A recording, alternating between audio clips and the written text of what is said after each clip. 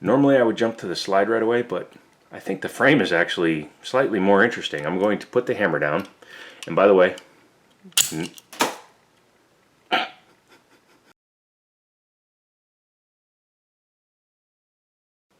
if you're new to the channel and you like this kind of video, maybe consider getting subscribed down there, and also use my Amazon link down in the description. It will allow you to help me grow the channel as well as get new content such as what's inside the mystery box. And again, it's not really a mystery, but let's go ahead and take a look at the box. And as you can see by looking at it, pistol Zastava M70A 9mm 4.5 BB. It's not a BB, it's a BB. And as you can see, this is actually the original box from when this firearm came into the country. However, it's not as impressive as it sounds because these guns are not that old. Let's go ahead and take the sleeve off, which is kind of cool that it does have the original box. I know a lot of guys that have brand new guns and they throw away the box, so. Opening it up, and the first thing you see is an owner's manual, and it covers two different models or versions of this pistol, and that's very common.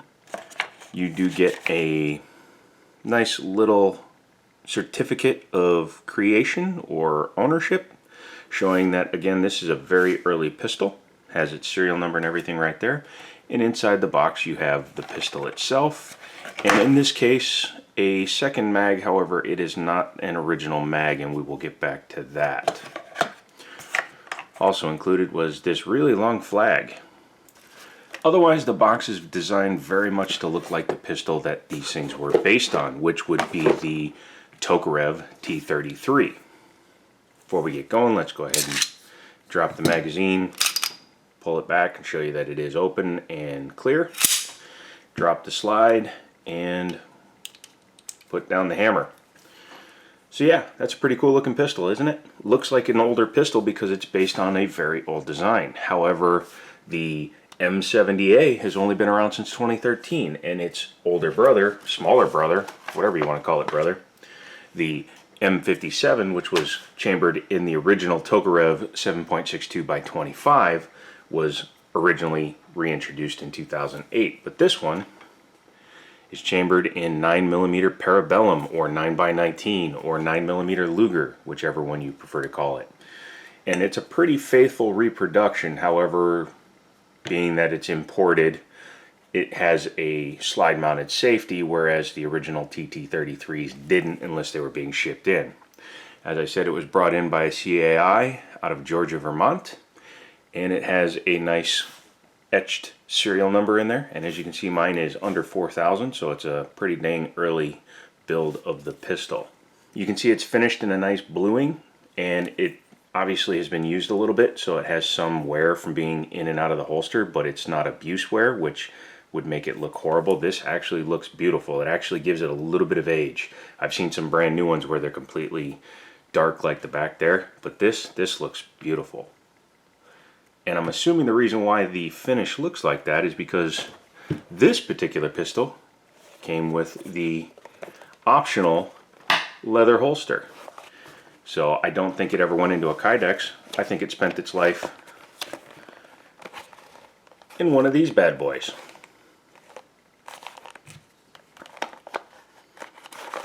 And a spot for your spare magazine. Cleaning rod is attached to the side of the holster. I said we'd come back to this magazine, and we will. This is an original magazine. When they first brought the guns into the country, they had 2 of these magazines. For some reason, as they became more expensive and a little less available, which are probably the main reasons, they decided to start changing out one of the magazines for a Walther P38 magazine. And it's an aftermarket one. I'm not sure if it's Mekgar or ProMag, but this is an aftermarket Walther P38/P1 magazine that actually has been cut and modified so that it fits in the catch. Now the firearm works perfectly fine with this mag, even locks open,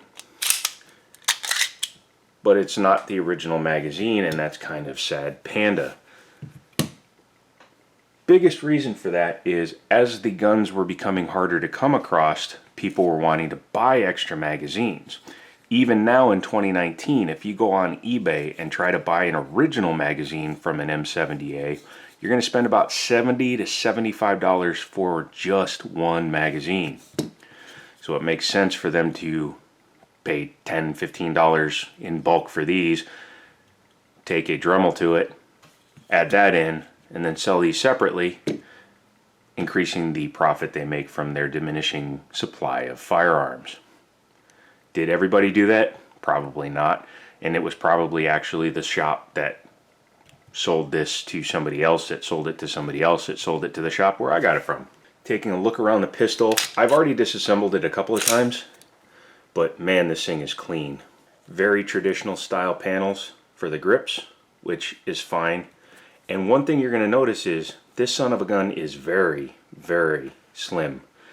Son of a gun. That's actually a little bit of a pun. Sorry about that. The other thing you'll notice is that it is not a small firearm, especially for a 9mm. However, it's deceptively smaller than it appears because of how thin it is. Let me explain what I mean. For those of you unfamiliar, this is my Para-Ordnance 1911. It's a 5-inch chambered, or 5-inch barrel, chambered in 45 ACP. Show that it's clear, nothing in it. And this is the, well, John Browning's most famous pistol next to his own high power.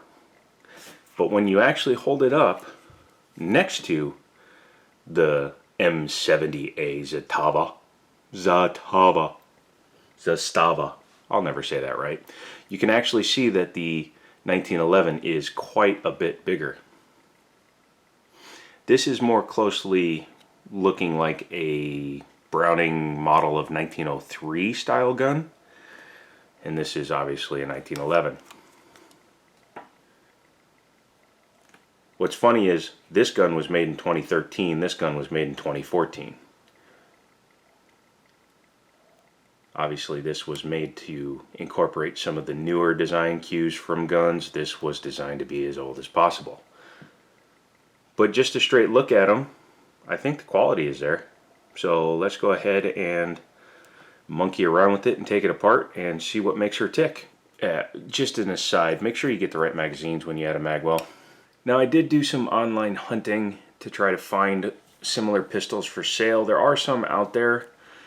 I haven't seen all the serial numbers, and there's nobody that's really tracking the serial number range that I could call reliable. But as I've shown, this is a super early build for the gun. This was built in May of 2013, and again they started importing them in 2013. So this is a first-year gun, and I don't have the actual figures. It's the one thing I regret not having correct figures on. If something changes, I'll put it in the description. So let's go ahead and take a little bit of a closer look to the exterior of it before we take it apart. It is a little bit of a hybrid because, again, it has some additions for the US market, such as the external safety. However, this was designed to have this external safety, unlike some of the modified TTs and TT33s that have made it into the country. So this actually functions exactly how it should. It's actually a hammer block safety. Don't know how well you can see it. Let me grab a light and put it on there.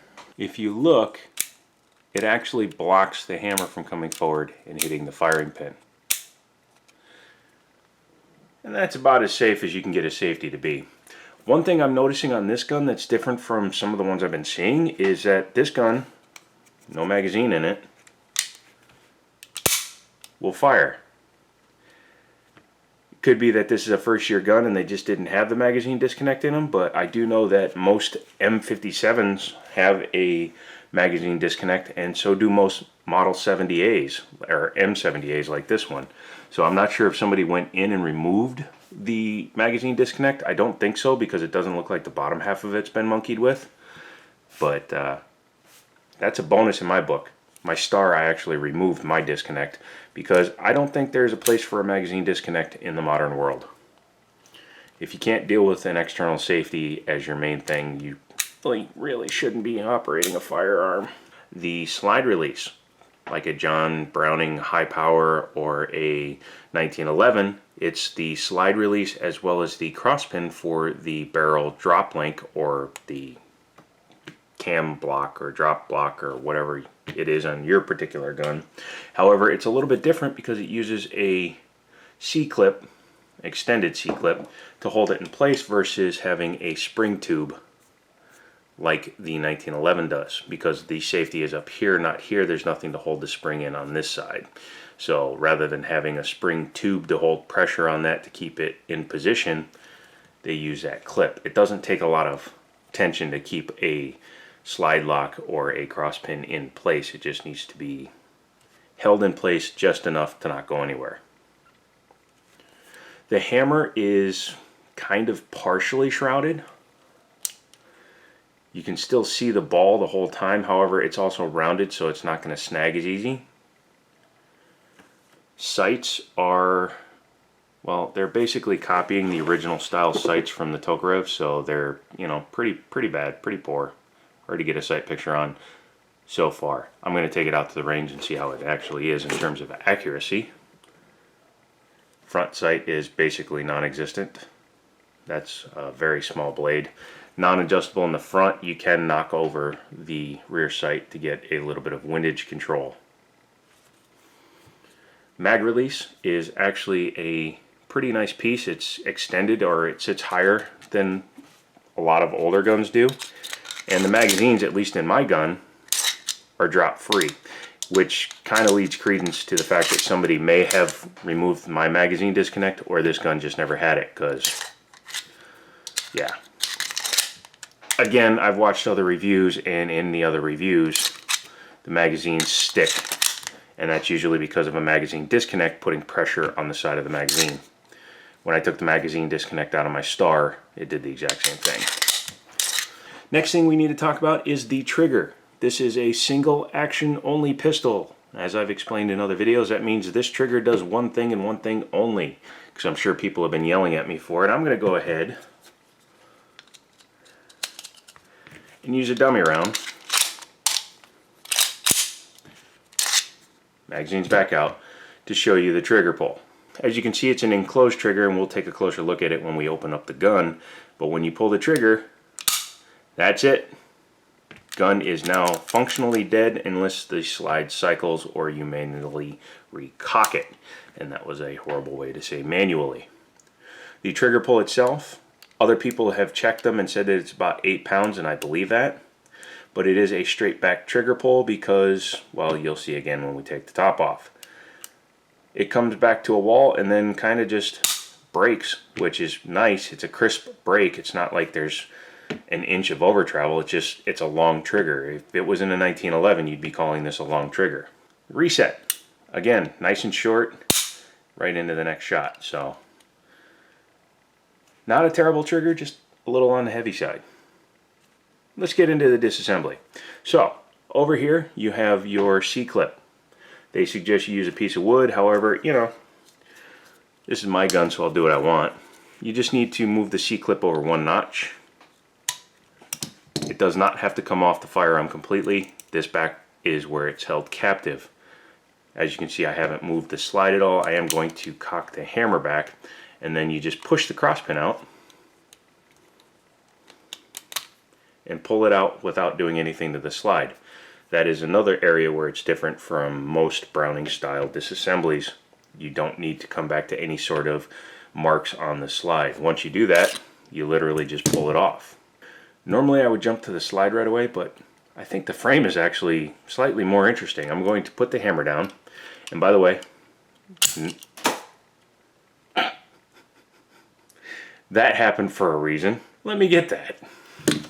Well, that was interesting, wasn't it? Let's go ahead and reinsert that real quick and we'll talk about what just happened.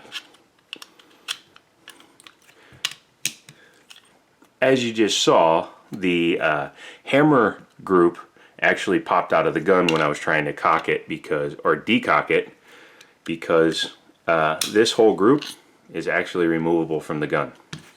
So what you have in here is you have your sear back here, you have your hammer back here, and that's about it, because this is a very plain firearm, doesn't have a drop safety or anything. And as you can see inside the firearm itself, again, let's get some light on it. But one reason why I like this trigger so much compared to some of the other Polymer Wonder stuff that's out there is because it's actually a yoke, just like a 1911. So your trigger pull is literally straight back. It's not hinged, and because of how simple it is, it literally is just doing one action, coming straight back. There's no rear main spring like there is in a 1911, so it actually has fewer things it needs to do. This was created so that these guns could be imminently fixable out in the field. And as you can see, this actual hammer group says 4041, whereas the serial number on the gun is 3978. So this hammer group has actually already been replaced once, maybe before it was resold, just to make sure that it was replaced and working properly. But yeah, that's pretty incredible that the main part of the gun that actually is going to fire it just pops out like that. So that also does mean, though, since it is a yoke style trigger, that most of your 1911 tricks should work once you get the trigger out. However, getting the trigger out looks like a pain in the patootsky, and I'm not going to bother doing that. So now that we have those two parts out, let's go ahead and take a look at the slide. With the slide off, it kind of looks like an amalgamation between a Beretta and a 1911, because the rear has that same curvy back with the slide mounted safety, and the front has the same cuts as a 1911-ish. Looking underneath, you will see that it has a full-length guide rod and the barrel that's in there. We're going to go ahead and take that out. Now, it's a little stiff in there, and my hands are not that strong, so I may have to use a screwdriver, and I do apologize. Please don't cringe too much. Nope, I can get it. There we go. So your recoil spring, when you first take it out, don't be scared when you see that. It's not broken. It's actually hinged and articulated because it has to be, because of the way the barrel actually goes in. Like a 1911, it does have a front bushing. However, unlike a 1911, it doesn't have a plunger for the recoil spring since it's captive. But it does have a regular bushing for the barrel. So this has to articulate to come out of the back. But once you do that, you can go ahead and pop your barrel up and pull it out just like a 1911. And as you can see, it's very much a Browning design. However, it is a little bit different because these lugs for lockup actually go all the way around the barrel, and they're very, very deep. And they lock up with the lug lockup inside the slide. One thing I will point out, it is roughly finished. That's what happens when you have a reproduction pistol that is inexpensive and has only become slightly more expensive because of its rarity. I've heard that these still shoot really nice, and for the money, we can live with some roughness. And as long as it functions and fires everything we put through it come Sunday, then it might be worth doing a little bit of tuning to, cleaning up these rails and the frame. Looking at the side here, you do have an extractor that is pinned in. The pin sticks out a bit. At first I thought that was a loaded chamber indicator, but that's just the pin for holding it in. Your firing pin is inside there, just like on a 1911. Yeah, it's held in there, and if you actually look, it's held in by the safety, which now you can see how it works. So that just comes out and blocks the hammer from hitting the firing pin. And you would need to depress that in order to pull out the safety in order to remove the firing pin, which we're not going to go completely into. I am happy they spent more time on the exterior of the slides and the frames than they did the interior. I kind of wish they were a little bit better done, though. But yeah, that is your field stripped Zastava M70A model. There is an AA model, which supposedly has a little bit better equipment, probably a little bit better finishing, and that's probably a newer gun, but this is an original A model. Reassembly is just the reverse and pretty much just as easy as a 1911. The only fiddly part is actually this recoil spring, and you'll see it when we go to do it. Drop your barrel back in, make sure it lines up straight, pop your link up, take your recoil spring, and you have to make sure that the semicircular cut on the bottom of the spring is actually down so that it sits up against the barrel. Slide this in while lifting up on your drop link. Actually, we have to do it in the right order. You actually need to put this bushing in first. Now you can drop this in. Yeah, pretty specific rules. Very tight too. There you go.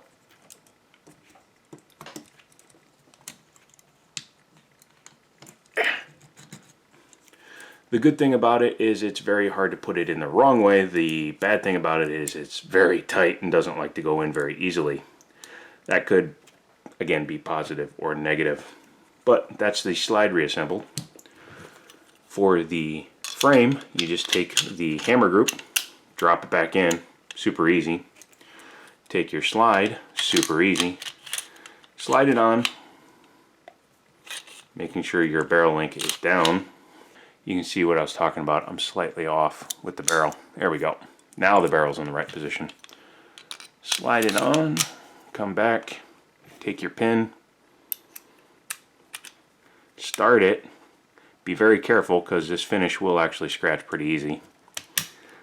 Go ahead and drive the cross pin all the way through, and as you can see, since you don't have to line it up with anything, it just goes right in there. On the other side, push your C-clip forward and then rack the gun. And since I don't have a magazine disconnect, my gun is ready to go again. So what prompted me to grab this particular pistol? Well, I went into my buddy's gun store, not the one I work at, but one of our other friends, and I was looking through his used guns. I have a rule: I'll buy new guns from my store and I'll buy used guns wherever I can find the best deal on the best ones.